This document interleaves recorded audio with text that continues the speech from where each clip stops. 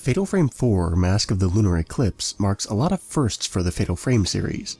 Not only is it chronologically the first game in the series, as it takes place 6 years before the events of the first game, but it's the first jointly developed title, being worked on not only by Tecmo but by Grasshopper manufacturer of No More Heroes and Killer 7 fame, and to some extent Nintendo, who also published the game but only in Japan and only on the Wii, making it not only the first title on a Nintendo console, but also the first Fatal Frame game not released outside of Japan. Although no one's really sure why this was the case, with conflicting reports of what actually caused Nintendo to opt out of paying for localization, and the developers themselves passing the buck back and forth to each other. And all of this makes Fatal Frame 4 a bit of an enigma to say the least. An enigma so compelling, in fact, that not long after its release, a dedicated group of fans hammered out a serviceable translation to make the game accessible to Western audiences, which is no easy feat. But unfortunately, it's questionable whether their efforts were really worth it, because despite a handful of cool moments, techniques, and scares, Fatal Frame 4 is largely a step back for the series, as it suffers in almost every department I've discussed so far.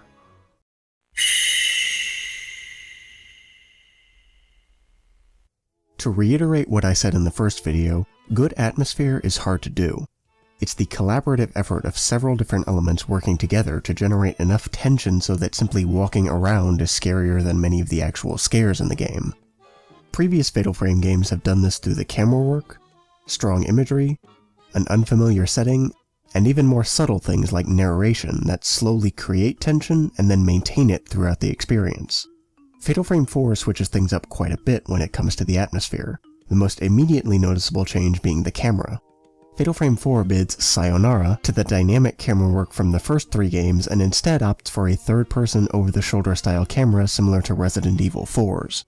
The perspective still changes to first person when you ready your camera, but until that point the camera is tied to the movement of the flashlight, which perhaps in lieu of the unique camera work much more emphasis has been placed on, making it into an actual tool rather than just a prop. And I actually really like how this works. The flashlight is mapped to the Wii controller, so as you tilt and twist the controller around, the character moves the flashlight around. The typical gameplay loop involves you moving into a room and scanning it with the flashlight, a completely natural thing to do when stepping into a pitch-dark room with a flashlight, and as you scan, the beam reveals items, almost as if the light catches the item as you pass over it. It's a really cool application of what I can barely even call an item in the previous games that simply wouldn't work in any other title. Not to mention that it encourages exploration as well. It's genuinely cool. That is, when it works. The problem, as is the case with most motion-controlled tech, is that it's wildly inconsistent. Sometimes you can reveal items all the way across the room hidden behind partitions, and other times it can take upwards of 30 seconds to angle the beam just right in order to get an item you know is right in front of you to spawn. The inconsistency often makes what should be a simple, straightforward act into an absolute chore, but the problems don't end there.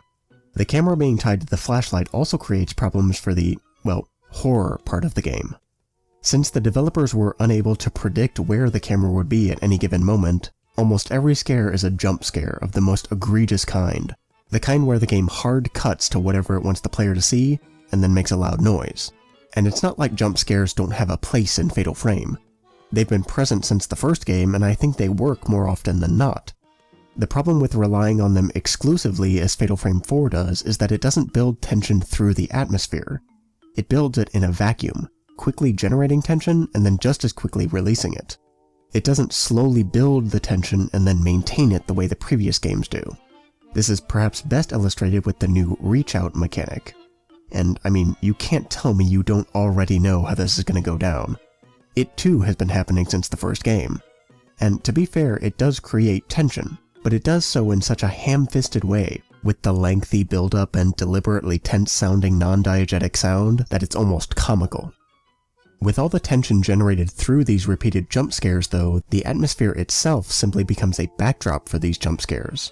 After all, there's absolutely nothing in any of the game's atmospheres that will startle you as much as the first of these reach-out moments, which I'll also point out is done in a cutscene, not the actual reach-out animation. And that was the point of the atmosphere. It's meant to be eerie, uncomfortable, subtle. There's virtually no subtlety in Fatal Frame 4. Atmospheric scares, house scares, and the like that were tucked away off the beaten path, or scares done through actual gameplay and not cutscenes, are far and few between in Fatal Frame 4. This moment, for example, is about as close as it gets to atmospheric, but it, like the only in-gameplay scare in the entire game, is just a prelude to an unavoidable fight, not eerie for the sake of contributing to an atmosphere. It has its moments, sure. The narrow hallways with curtains blowing in the wind are great, but by and large the game feels predictable, even scripted. Generally, whenever you pick up a key item or read a key note, a ghost will spawn to fight you, and whenever a cutscene starts, a jump scare is going to happen.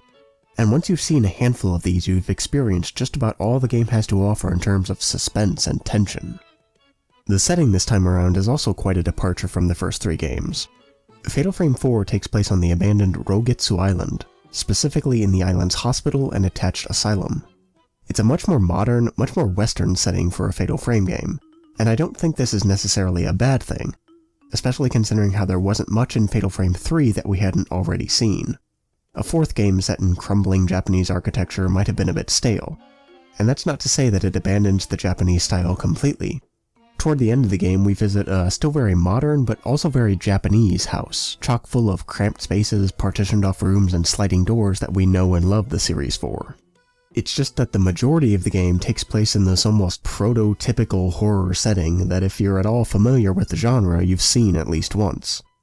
The problem with this is that it does nothing interesting with this setting. It's pretty much exactly what you'd expect from seeing this same setting in a good number of films and even more video games over the past decade or so. It's very by the books. Stock spooky, if you will. The imagery we get here isn't just tired, it's cliché. We've got a curious sickness, insane doctors, creepy kids, spooky phone calls, wheelchairs, the room in the basement where the sadistic medical procedures took place. It's old hat that's borrowed but not used. It doesn't build toward anything the way the house scares in Fatal Frame 3 do, for example, and with the reliance on jump scares rather than the atmosphere to generate tension, the inherent spookiness of a hospital setting is diluted. And that's a real shame, because good horror is more often than not about the setting. Think Silent Hill or Fatal Frame 3. One thing I do appreciate about the setting, however, is that every one of the puzzles is contextualized. You don't get bizarre non-sequiturs that take you completely out of the experience the way you occasionally do in Silent Hill, and you also don't have sliding stone door locks and book placing the way you do in previous Fatal Frame games. Here you're resetting a breaker, running power, and playing piano. Things that all make sense to be doing in this abandoned hospital that does add to the atmosphere, if ever so slightly. Speaking of piano, the sound design is probably the strongest element of Fatal Frame 4's atmosphere, but it tends to vacillate between brilliant and comical. On the comical side of things, you have a case similar to the first game, where the soundtrack consists mostly of strange, incomprehensible sounds arranged in a very clearly musical way. It's not nearly as bad as the first game, but it's definitely present. It's particularly noticeable in the patient's rooms. Madoka's room features a sound that I can only describe as someone's stomach growling,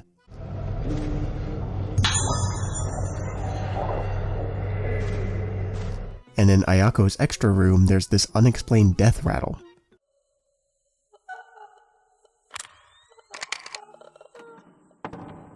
I'll also mention that the transition when moving from this room to Ayako's actual room is quite jarring because it's one of the only rooms that has non-diegetic music.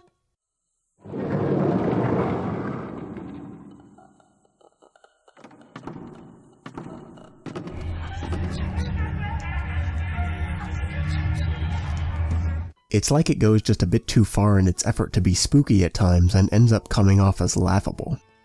That said though, in both of these rooms there's also stuff that really works.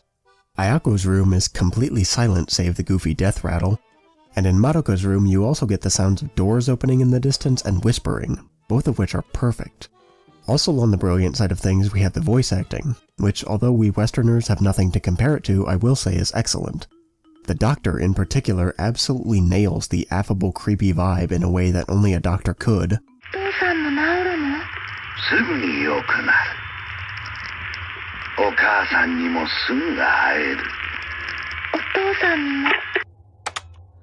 And other than Fatal Frame 2, Fatal Frame 4 features probably the best use of silence in the entire series.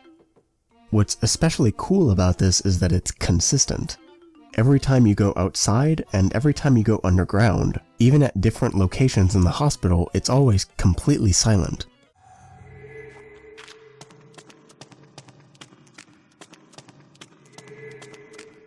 And perhaps because very little ever happens in either of these areas, they always manage to be quite eerie. There are also some nice touches, such as the previously mentioned wind blowing through open windows, which feels seamless. It's not like you open the door to the wind room and then start hearing the wind.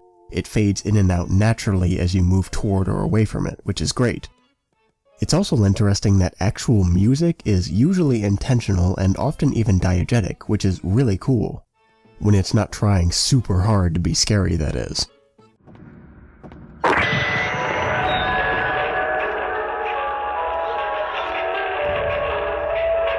There are a couple of scenes where music is used to lead the player toward a destination. For example, in Chapter 6, there's one such scene where you're following a song that slowly builds as you climb the stairs and then cuts to silence as you open the door. It's one of my favorite scenes in the game.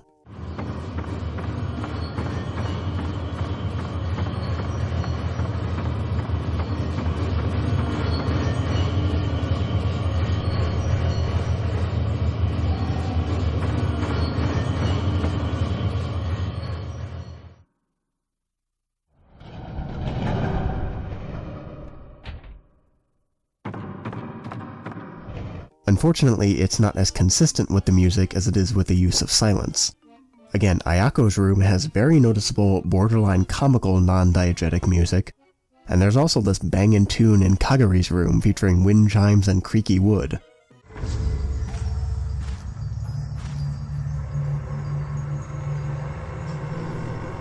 As good as the sound design usually is though, it's simply not enough to create tension all by itself. And without tension, there is no atmosphere.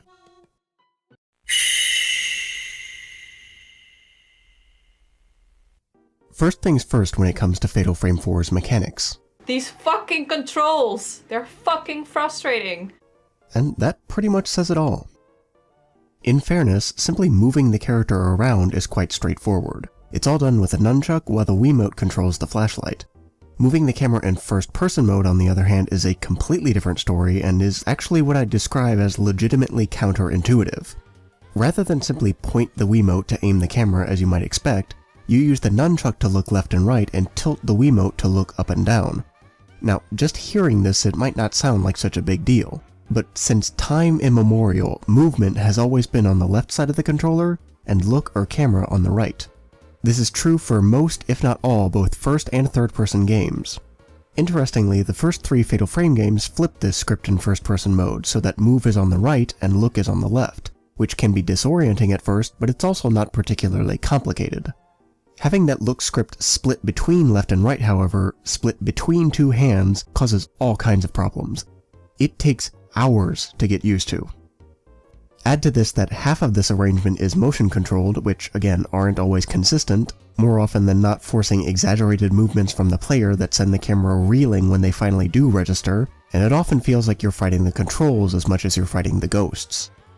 As if to mitigate frustration, however, there's the addition of the lock-on feature, which works just like the track function from Fatal Frame 3 where it locks onto the nearest ghost. Only here it's not a function, it's standard issue, activated by simply holding down the Z button. And while this certainly does help with aiming the camera, it also makes the combat in general far easier, combos especially. Having to minutely adjust to the flailing around the ghosts do when you hit them with a Fatal Frame in the second and third games isn't an issue here. Just hold Z and keep shooting. Another thing worth mentioning is that you're typically going to be holding Z with your index finger, which doesn't seem like a problem, that is, until you want to use a lens, which are mapped to the C button, just above Z. So if you want to remain locked on and use a lens, which you almost certainly will do, it requires this super awkward finger shuffle. And I could go on. Twisting the Wiimote to turn dials is apparently a toss-up as to which way it actually turns. The avoid function is present but mapped to waggling the Wiimote, which is also the command for quick turn, meaning that if you try to evade at the wrong time you'll just turn around and present your back to the ghost rather than actually doing something, and so on and so on. And I have seen the defense that these controls are intentionally designed to be awkward in order to slow the pace of the game down, but I don't think that argument holds a lot of water, because you'll recall that I described something very similar going on in Fatal Frame 2. Only there, the same thing was done organically, through hiding away all but the most important items, and instilling a vague sense of responsibility in you with Mayu limping around. What's more is that Fatal Frame 2 encourages the player to slow down rather than forces them to. You can still blast through Fatal Frame 2 in just a few hours. You don't have to wait for Mayu, and you don't need to hunt for items. But playing the character and slowing down allows you to soak in the atmosphere, easily one of the best parts of Fatal Frame 2, and does add to the experience on your first couple playthroughs. Irredeemably bad controls, however, add nothing to the experience other than frustration. And it's not spooky or atmospheric when it's frustrating, it's just frustrating. On the gameplay side of things, while there are still 3 playable characters, there isn't much variety among them compared to the third game where the characters had unique abilities and techniques that only they could use. This is especially the case with the 2 girls. Our protagonist Ruka seems to be a standard middle-of-the-road character like Rei in Fatal Frame 3, the baseline against which the others can be measured. However, there aren't many comparisons or contrasts to draw between the girls. From what I can tell, they're virtually identical. It takes Misaki's camera exactly the same amount of time to charge as Ruka's, and max shots and Fatal Frames deal exactly the same amount of damage. The only real differences between the two are a slightly smaller capture circle on Misaki's camera, which in Fatal Frame 4 is a complete non-issue thanks to lock-on, and presumably because Misaki's camera is an early version, it can't use lenses, which is honestly kind of a blessing considering how awkward it is to use lenses in this game. But there's also no trade-off for this. It's not like she can't use lenses but can do something Ruka can't do, like Miku could in Fatal Frame 3. Misaki just has fewer options to fight ghosts. Choshiro is the exception to all of this, of course, as he doesn't use a camera obscura but the brand new Spirit Stone flashlight, which fires moon power and also somehow takes photographs. It's basically a shotgun, and it's completely broken. It's incredibly easy to use. There are no shutter chance moments to worry about, it charges almost instantly, has an enormous capture circle, always knocks ghosts back, and does absurd damage, nearly doubling what the girls can put out with their cameras. The only real drawback is that it has more limited ammo than the cameras, but even this isn't nearly as bad as it sounds, because it recharges once you exit first-person mode, effectively granting it unlimited ammo. The trade-off for all this insanity, if you can call it that, is that Choshiro can't use the measure or avoid functions, so he can't see the health of the ghosts or dodge them with a lucky Wiimote waggle, both of which hardly matter when you're absolutely cleaning house with this thing. And the thing is that the flashlight could actually be interesting if only it didn't instantly start to recharge. For example, if it had a limited amount of power that the player would have to manually recharge by standing in moonlight or something. It would still encourage moving around while in combat to get to one of these spots, provided there is one in the area, and encourage exploration as well. Even more so if these spots would change from chapter to chapter as they logically would over the course of a night. It would actually be quite similar to the cameras. Much like we have to keep tabs on our film throughout the game, we would also have to pay attention to our moon meter and charge it up when we could. The general flow of combat has changed a lot as well, not unexpectedly, but not always for the worse. A combat system that focused on tracking the ghosts the way it does in Fatal Frame 3 would either be trivial with the addition of lock-on or virtually impossible with the unresponsive controls. And so in Fatal Frame 4 we see a system reminiscent of Fatal Frame 2, where the skill being tested is timing. And the ghosts are very clearly designed with this in mind. Almost every ghost you fight has a few seconds of wind-up, where they slowly move toward you followed by a super fast attack, usually accompanied by a duck or some other maneuver designed to make use of lock-on. And some of them are legitimately tough to catch, which is honestly pretty neat because it's startling sometimes. At the very least, I think it's much more effective than the jump scares in the game because these build anticipation naturally, which I think is legitimately good because it's what the series has always been good at. And it's arguably even further enhanced in Fatal Frame 4 by the uncomfortably close zoom on the camera during shutter chances. There are also much smaller windows for Fatal Frames, so it's harder to initially trigger combos, which I also think is legitimately good because I know I've been guilty of watching the alarm more than the ghosts at times in the previous games, and I couldn't really do that in Fatal Frame 4. It drops the ball a bit though in that it's also much easier to follow up on combos, what with not having to worry about tracking their movement with the camera thanks to lock-on, as well as the windows between combo shots being generally more lenient than they were in previous games. As neat as some of that can be though, I also have some serious issues with the combat. The main one being similar to my issue with the combat in Fatal Frame 2. It's far too easy. Beyond shooting ghosts, there's not a whole lot to do in fights. Elements that added complexity and depth to the combat in the first and third games simply aren't an issue here. You generally don't need to do a whole lot of maneuvering or positioning. Tracking is a non-issue with lock-on, and the ghosts all give you plenty of time to both find them and charge up the camera when they're slowly meandering towards you. The first fight where you really have to move around occurs nearly 3 hours into the game, and it's basically a reskin of the Kiryu twins fight from Fatal Frame 2, only here it's much easier as Kaguri's doll has much more obvious tells, and you don't fight them in a claustrophobically narrow hallway, but a nice, wide-open courtyard. They do deal a lot more damage than the twins did in the second game though, so that's challenging, engaging, and enjoyable, right? The problem in general is that the player has a very passive role in combat. The vast majority of the time you're just stood around waiting for things to happen. And similar to Fatal Frame 2, there's nothing you can really do about this, and it leads to virtually every fight following the same pattern. Only here the pattern isn't bait, retreat, beat, repeat as it was in Fatal Frame 2. It's far less interesting. It's wait, accrete, beat, defeat, because once you get them in a combo, it's over. The same applies to the final boss of the game, who is a complete joke. I can't tell you about her boss patterns because she doesn't seem to have any. She behaves no different than any other ghost in the game, and she doesn't even one-shot you if you get hit by her special attacks or if you run into her during the run from her scenes the way the final boss does in every other game in the series. The real final battle is this godforsaken piano, which is far, far more difficult than the actual final boss because of the obnoxious controls. Fatal Frame 4 also continues the tradition of the upgrade system getting worse with every installment of this franchise.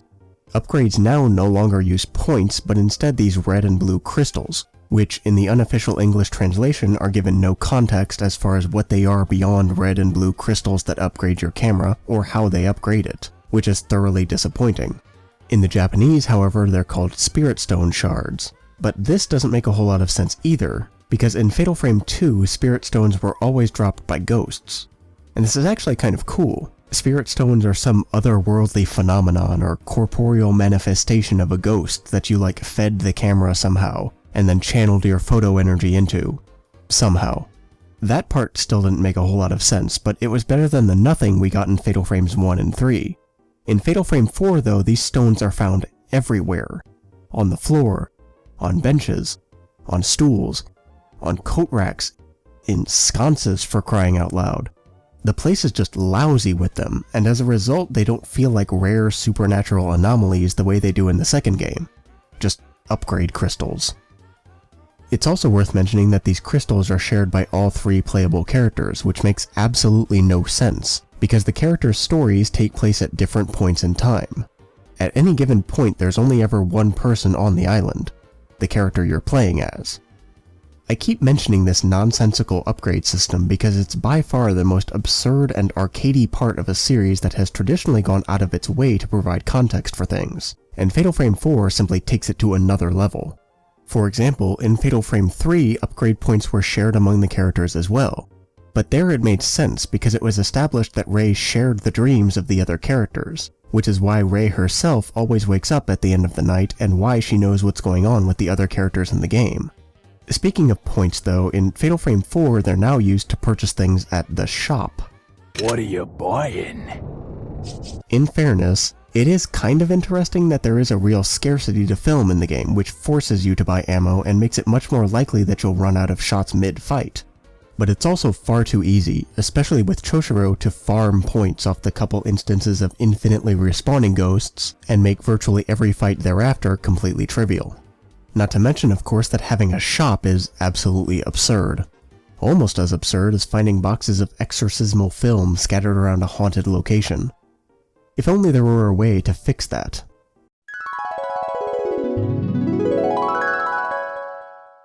Perhaps it would make more sense if we were to start with a finite amount of shots that replenishes its save points and between chapters. It's even more disappointing that all of this is exacerbated considerably by technical issues of all things. like alarmingly long load times and some serious frame drops in wide open areas, and usually whenever there's more than one character on the screen. So basically every fight. It's like Fatal Frame 4 manages to take the worst parts of Fatal Frame 2, the largely passive role in combat, the lack of variety in the gameplay, the simplicity and routine of the fights, but none of its redeeming factors. None of the bosses, for example, are even half as memorable as Chitose, and one of the first ones we fight is a literal reskin of a boss from the second game. There's also no Chapter 7 where the entire dynamic of the game is upended and we have to make do without our only means of defense. Instead, Fatal Frame 4 contributes unintuitive controls that force concessions like lock-on, making the combat far easier than it ought to be, and a core gameplay loop with the depth of whack-a-mole, resulting in one of the most dull, boring experiences I've ever had with a horror game.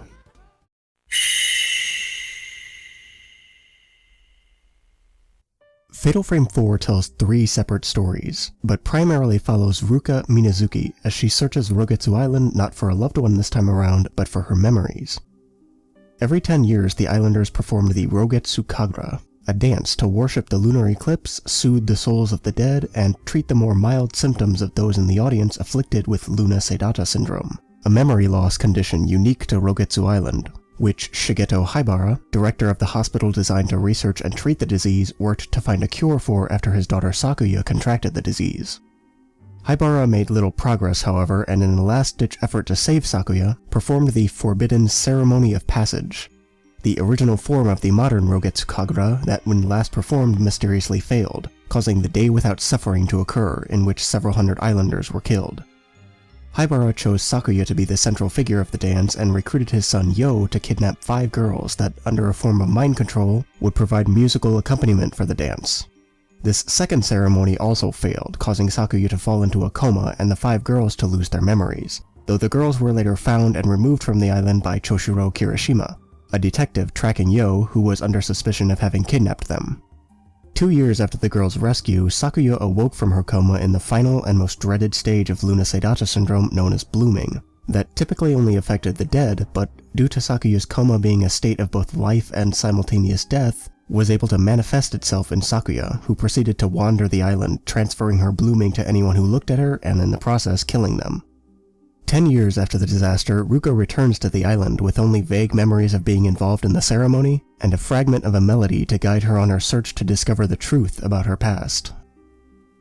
Fatal Frame 4 continues the tradition of using notes and tapes as its main mode of storytelling, but takes a pretty significant step backward in that both are back to being arbitrarily scattered around the hospital and asylum, rather than, making sense. Take Madoka's memo, for example. The very first note we find in the game is Ruka. There are the old standby questions with this, of course. How did it get here? Why are the pages scattered around and not in a journal where they ought to be? But the biggest question with these is, when were they written? The first 2 were obviously written on the boat, but what about the others? Because she dies almost as soon as she arrives. I mean, unless she's writing from beyond the grave, which is hilarious, this makes absolutely no sense. Even the first game does a better job of contextualizing its initial ongoing note by simply saying that there's more in the notebook than what we just read. But right now there's a ghost behind us and we've got to move. Even later in the game these still make sense. Mafuyu leaves notes where he imagines Miku will find them because he knows they can't communicate otherwise due to the house warping time. In Fatal Frame 4, why is this here is an almost constant question. The game even hilariously draws attention to this once, embarrassingly demonstrating that the game has absolutely no idea how to get these tools into the character's hands. These are both great questions that the game ought to have some explanation for, but makes no effort whatsoever. Much like with the atmosphere though, it does have its moments. The sections with Choshiro are generally much better with this. Things are usually placed where they make sense to be found, with the exception of his tapes of course, which are completely absurd, but there are moments with the girls as well. I like that Ruka's diary is under her bed, a typical place to find a diary. And I like that the first tape you find is in this kleptomaniacal little rascal's room. These make sense and are nice touches, but the occasional nice touch isn't enough to offset the slew of other questions brought up by the thoughtless placement of this stuff. Questions like, why are patient records just casually left around this hospital, sometimes even in the patient's rooms? And how did magazines and newspapers describing what happened on Rogetsu Island the second time end up on Rogetsu Island after it was abandoned? I think if notes bring up more questions than they do answers, then maybe it's time to rethink how to convey the backstory. Furthermore, many of the notes and journals describe the patient's gradual loss of memory, and as such feature broken syntax, missing words, odd spacing, blank pages, and end up reading a lot like the last 2 pages of the Itchy Tasty diary from Resident Evil, which might have been great if these notes had even a fraction of the impact that that diary did. Itchy Tasty is a brilliant example of the kind of environmental storytelling that really works in horror games. Where this diary is found is important because it provides context for the zombie we just dealt with. Once you read the diary, it's not just another mindless zombie you had to kill, but poor guy.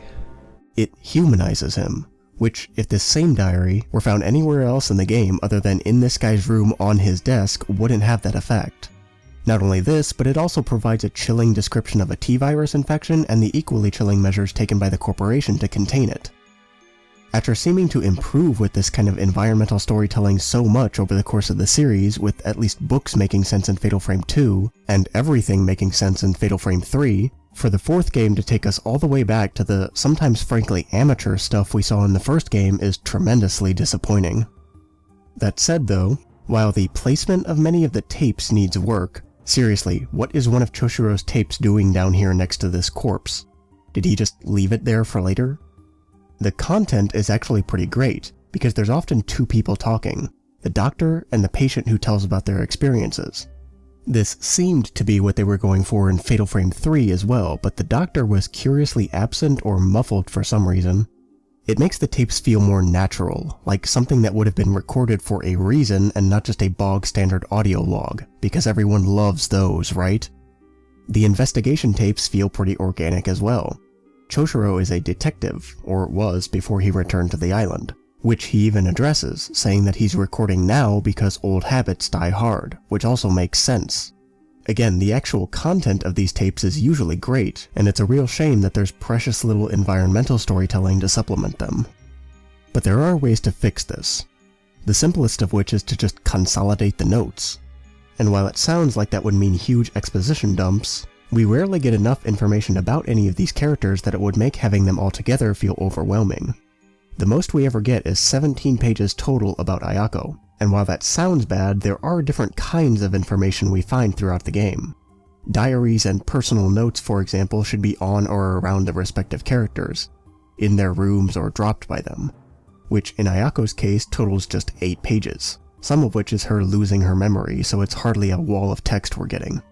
While medical records and nurses' reports totaling a further 9 pages in Ayako's case should be in the offices or nurses' stations we visit throughout the game. And because we visit these locations a couple different times as different characters, finding new information each time wouldn't be unreasonable.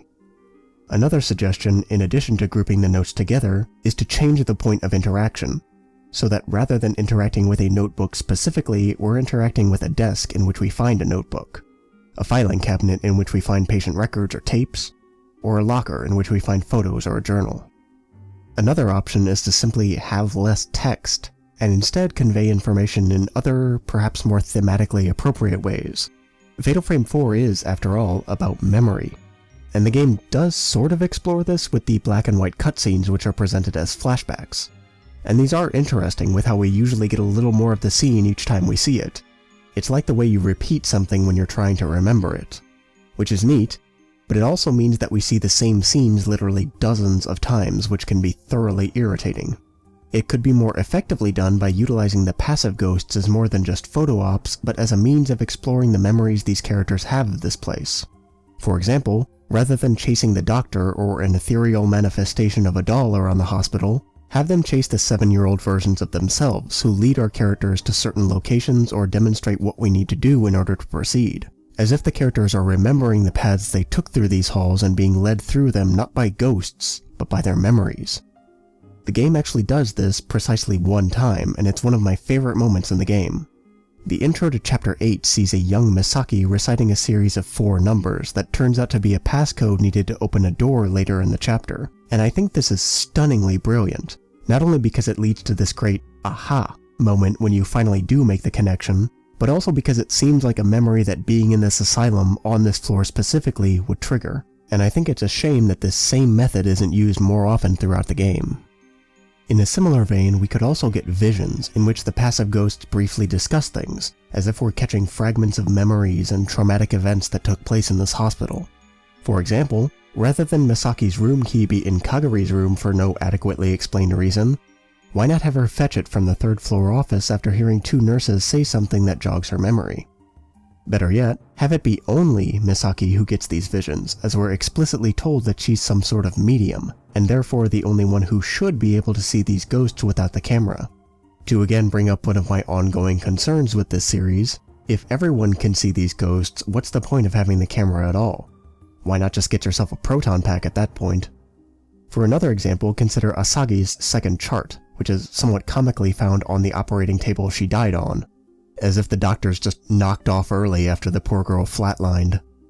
This too could be better conveyed through one of these visions, especially with how quickly it all happened, just a little over 20 minutes according to the note. Show the doctor attempting to revive her and the resigned assistant asking for time of death. Afterward, the doctor says that this was an unfortunate setback and cryptically mentions that they're running out of options. It's not a perfect solution, but it is a way of telling the story through the environment rather than almost exclusively through the notes, while also tapping into the themes of the game. It might be better than ghost dropping physical notebooks, finding journals on gravestones, or just having 27 pages of text do the job. For an example of all of these suggestions in practice, take Chapter 2, where we first play as Misaki and first learn about Ayako. We backtrack to the nurse's station we visited earlier as Ruka, and upon searching a filing cabinet in the room we find a file for Ayako in which there are a handful of documents. The first one being basic information pulled from both the patient list and the referral notice, which is found here for some reason, as well as a couple of miscellaneous notes describing her personality and violent tendencies. And lastly, the incident report with the nurse who had her ear cut. When we return to unlock the door to the second floor ward, we get a vision of a doctor taking care of that same nurse, who talks a bit more about what a nightmare Ayako is. We still shoot her at the top of the stairs before and after visiting the library for the camera puzzle, but on the way back through the nurse's station we fight this nurse who drops the key to Madoka's room rather than it being found in the library for whatever reason.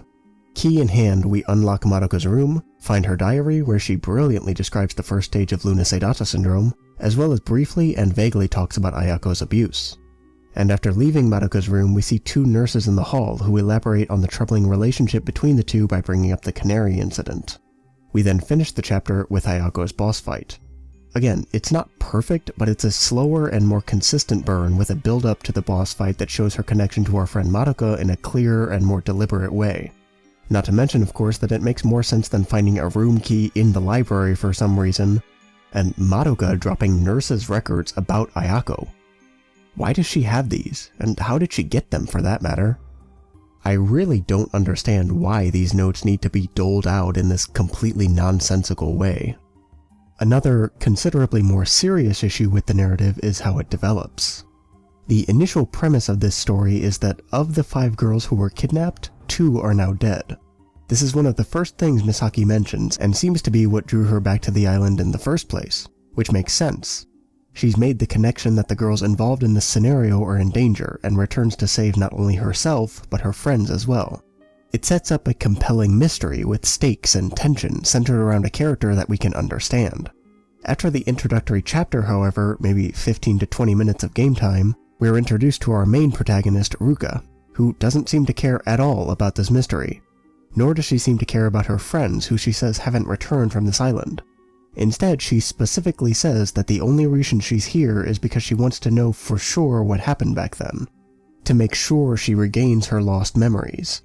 But why though?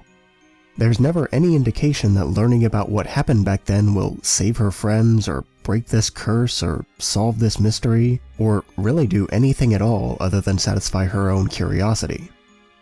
Even more confusing is that after this first chapter with Ruka, we pick up again with Misaki, who similarly no longer seems interested in this mystery, and is more focused on finding out who this girl in black whispering cryptic messages is.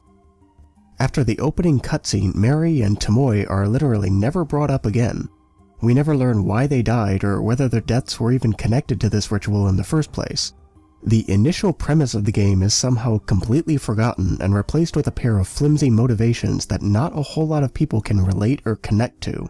And this is a big deal because this mystery is where the real intrigue of the story lies. In the first 3 games, following this mystery or becoming part of it ourselves leads us to learn about these morbid rituals taking place in order to stop them from happening to us. Only this isn't an issue in Fatal Frame 4 because this ritual can't be performed again. It's already over. And the ghosts aren't reliving the night the way they were in the first 2 games, and so the mystery surrounding this ritual doesn't matter because there's nothing to stop. Not only this, but there's also no curse accompanying this haunting, and so there's no real urgency to find these memories the way there is in the earlier games. In the first game, for example, after Miku finds the first piece of the Holy Mirror, she's cursed by Kyrie, and has to figure out what's going on, otherwise she'll end up like Takamine and the others. Not to mention that she also has to find her brother, who pops up occasionally reminding us of the reason we originally came here. With Miku's curse there's a timeline as well. Ropes. And as the ropes appear, we know that she's running out of time. This is consistent through the other games as well. In Fatal Frame 2 we watch as Mayu gradually becomes possessed by the spirit of Sai, and in Fatal Frame 3 we see Rei's tattoo continue to spread across her body. There's nothing like that in Fatal Frame 4. There's a cursory mention that 2 girls are dead in the opening scene, which is then promptly forgotten, and we just have to take Misaki's word that their deaths are connected to this ritual as we never hear any more about it. The solution here is to not have this story be about lost memories, but instead have these memories be an obstacle the characters have to overcome in order to save their lives. Something they're forced to remember, as terrifying as that might be, in order to figure out why these girls are dying. The lack of any real stakes could be fixed as well. It's worth noting that the 3 girls all have Luna-Sedata syndrome, but none ever show any symptoms of the disease save the lost memory, which seems to be more a result of the failed ritual than the actual disease. Anyway, there are 4 stages of this syndrome: budding, breaking, resonance, and blooming. We hear an awful lot about blooming, but the notes are surprisingly tight-lipped about the others. Nevertheless, since there are 3 girls, I would have them all at different stages of this disease. At first our main heroine would show no symptoms, however the other 2 would, and as the game progresses and the girls regain their memories, the disease would gradually worsen. Maybe Misaki would catch a glimpse of her face in a mirror and smash it out of fear, and have to explain what happened to Madoka, who would later become increasingly paranoid and distrusting of Misaki, creating an actual dynamic between the characters rather than just killing one off immediately. The climax would occur when one of the girls reaches the resonance stage and causes the other to bloom, killing the both of them. This would give the player a timeline as well. As we see what's happening to the other girls, we could see that our clock is ticking as well, when Ruka looks into a mirror and doesn't recognize her face or something. Admittedly, it doesn't really make sense that this affliction would affect the girls at different times when they all lost their memories at the same time, unless you contrive an explanation about mental fortitude or something, but the game as it is has this problem as well. Again, why did Mary and Tomoe die but the other 3 are just fine? Ultimately, it feels like there is no real driving force in Fatal Frame 4. There are no stakes, and there is no mystery, only to satisfy our character's curiosity, and it leaves the entire game feeling devoid of any dramatic tension whatsoever. And this is also a big deal, because with the emphasis on something as personal as memory, and these characters choosing to come back to this place, we seem to have a more character-driven story similar to Fatal Frame 3. Only with Fatal Frame 4, the characters are impossible to relate to, empathize with, or even simply understand. I've already mentioned their laughably weak motivations, but compare those to the motivations in the first 3 games. Miku simply wants to get her older brother out of the mansion, and almost all of her opening narration is about how important this relationship is to her, establishing why she would risk going in there in the first place. Not only is he her only family, but also the only one she can confide in about the visions she gets because he gets them too. Mio and Mayu, on the other hand, just want to get out of the village. They aren't there to solve the mystery, and almost every time the 2 meet up, they'll say something to the effect of, "Let's get out of here." And Rei isn't in this nightmare of her own volition. She saw her dead fiancé in a dream, understandably chased after him, and was trapped. The first 3 games feature characters thrust into a terrifying situation which they then have to deal with. The 4th game features characters who voluntarily walk into a terrifying situation and then choose to stay. Again, not exactly relatable. Furthermore, the characters themselves have remarkably little to contribute to this story. Scenes that feature characters speaking usually begin and end with this ambiguous dialogue where they'll say, this something, this place, this scene, this person, this feeling, and then trail off, which tells the player absolutely nothing about either the characters or the story going on. Even more baffling is the general lack of reaction to virtually anything in the game beyond jump scares. Ruka has no reaction whatsoever upon learning that her friend Madoka is dead. Compare that to Rei in Fatal Frame 3, who, when she finds that Miku has been spirited away, is absolutely devastated. Nor does Ruka react to finding the exact kind of information that she's ostensibly here for. She has nothing to say about having a different last name on her charts to the one she currently has, which seems like something that she should care about, or that might jog her memory, or that she might at least comment on, but we get nothing. Misaki similarly only really reacts to the last 2 items she finds over the course of her entire story.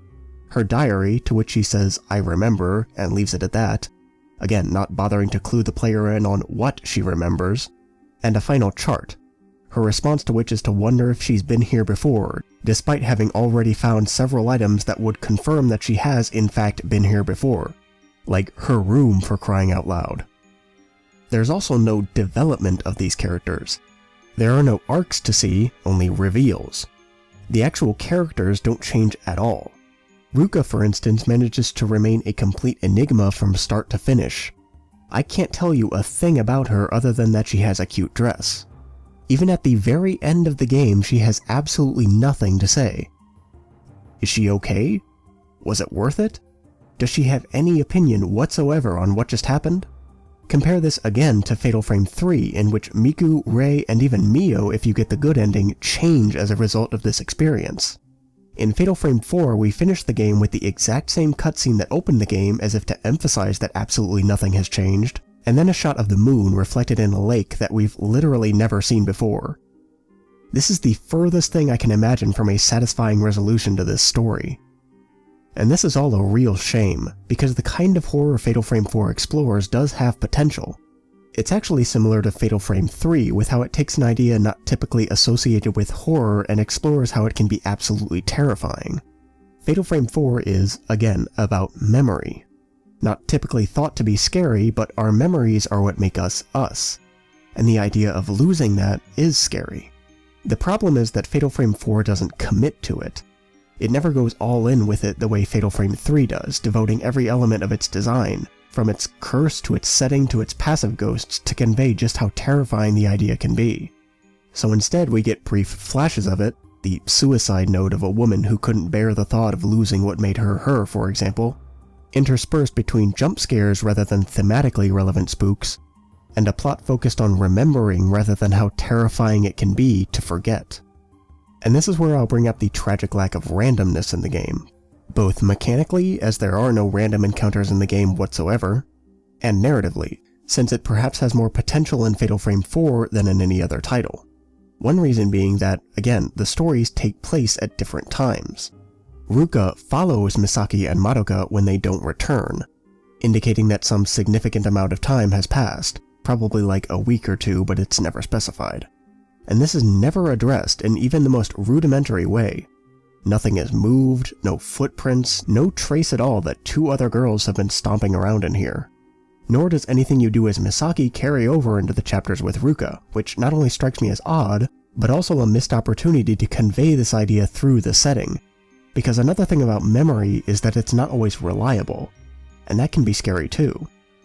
In the interview for Fatal Frame 3, Makoto Shibata talks about wanting to make a fake house, which would have been cool in Fatal Frame 3 but would be perfect here, because our cast full of amnesiacs presumably have different memories of this place. So imagine a scenario where certain areas of the hospital or asylum would change depending on the character you're playing as, similar to Fatal Frame 3. Central areas like the entrance hall and the lobby would be the same for everyone, but as you move further in, things start to get hazy. Doors you've opened as Misaki open to different locations as Ruka, for example. This would also give the setting itself some real personality as well, similar to the way the original game did it rather than having it be stock scary. At the very least, block off paths using more than closed doors. rearrange furniture, change the paintings on the walls, have us see something and think, was that like that before? So we're grasping at faint memories we're not certain of and presumably feeling the same things the characters in the game are feeling, but again, we're never sure. Luna sedata syndrome itself is another avenue that could be used to explore just how frightening memory can be, especially with how this disease progresses. The 3 stages that are almost never mentioned are, to me, the most interesting and could easily be explored in thematically appropriate ways through notes, cutscenes, or my proposed visions. In the budding stage of LSS, patients become uncomfortable or afraid of their own reflection. And I mean, not being able to recognize yourself is already pretty terrifying, but imagine a cutscene like what I described earlier with regards to adding stakes to the game. A scene in which Ruka catches her face reflected in something or other, freezes, and then slowly backs away from it. Establish that this disease is something people are affected by beyond, death. So when we see a broken mirror in the next room we visit, perhaps the very same one I suggested Misaki break, we can guess what happened. And in fairness, the mirror in Madoka's room is covered up, which is a really nice, actually subtle touch. But it's also not the focus of the scene that addresses it, it's the spooky ghost behind her. Misaki gives no indication as to why she was drawn to the mirror in the first place or why she suddenly stopped. There's also a scene in the library where Ruka looks into a mirror and gets spooked. You might read this as Ruka budding, as her being afraid of her own reflection. But the one time the game describes budding, it describes something very different. It's not startling, it's just strange. And so this seems to be a little more than another jump scare, which is what I mean when I say that Fatal Frame 4 never goes all in with this memory idea. In the breaking stage of LSS, the patient starts to lose their sanity. Paranoia and confusion set in, providing ample ground to explore how fragile memory can be. Imagine a doctor or a relative trying to convince a patient of things that actually did happen, but that they have no memory of. It's also not too hard to imagine violence erupting because of this. Or how about a letter from Misaki's parents in her trash can begging her to let them see her again? This would also tie into the very solipsistic idea Ruka brings up first thing in the game that's never even mentioned again. The resonance stage is where patients with LSS become contagious, able to transfer their symptoms to others, but I would also think that they would be more easily influenced by others as well. So imagine patients picking up bits and pieces of conversations among doctors, nurses, and other patients and becoming convinced that they're their own memories. All of this would not only emphasize how unreliable and actually pretty terrifying memory can be, but also associate that horror with the characters and the environment and really get at the kind of horror the game purports to explore, but does virtually nothing with. Ultimately, despite the developers' claim that Fatal Frame 4 is a quintessentially Japanese horror game, I really fail to see any elements of Japanese horror in it. Japanese horror is about dread. Films like Audition and Dark Water probably won't scare you during the viewing, but they'll certainly unsettle you enough so that you remember the film on your next date or when the roof starts to leak. Fatal Frame 4, on the other hand, manages to be remarkably forgettable, and if that's somehow intentional, then I think that's absolutely brilliant, but I fear I may be giving it too much credit. I think it's much more likely that it's a case of too many cooks spoiling the broth. That said, I honestly think that some of the things Fatal Frame 4 does would be right at home in the original trilogy. However, I don't think it carries on the spirit of this series as well as it perhaps could. Because more often than not, the cool things Fatal Frame 4 does come at the cost of the cool things that the first 3 games did. Again, Fatal Frame 4's flashlight is really cool, but it comes at the cost of some of the most complex and genuinely interesting camera work I've seen in video games. Mechanically, I think it's good that it's a bit more difficult to get fatal frames in a fight, but it comes at the cost of the rest of the mechanics that scale back the depth of the combat considerably, not to mention the unintuitive controls and constant frame drops. And Misaki's story does have some admittedly good foreshadowing with the dolls and talk of souls and stuff, but it comes at the cost of an actually cohesive story with characters, stakes, and tension. And in the end, we're left with a horror experience that fails to engage the player in really any way. Frankly, perhaps it's better that we Westerners only got the first 3 games. Oh, right. Next time we'll be taking a look at Fatal Frame 5, Maiden of Blackwater. I'll see you then.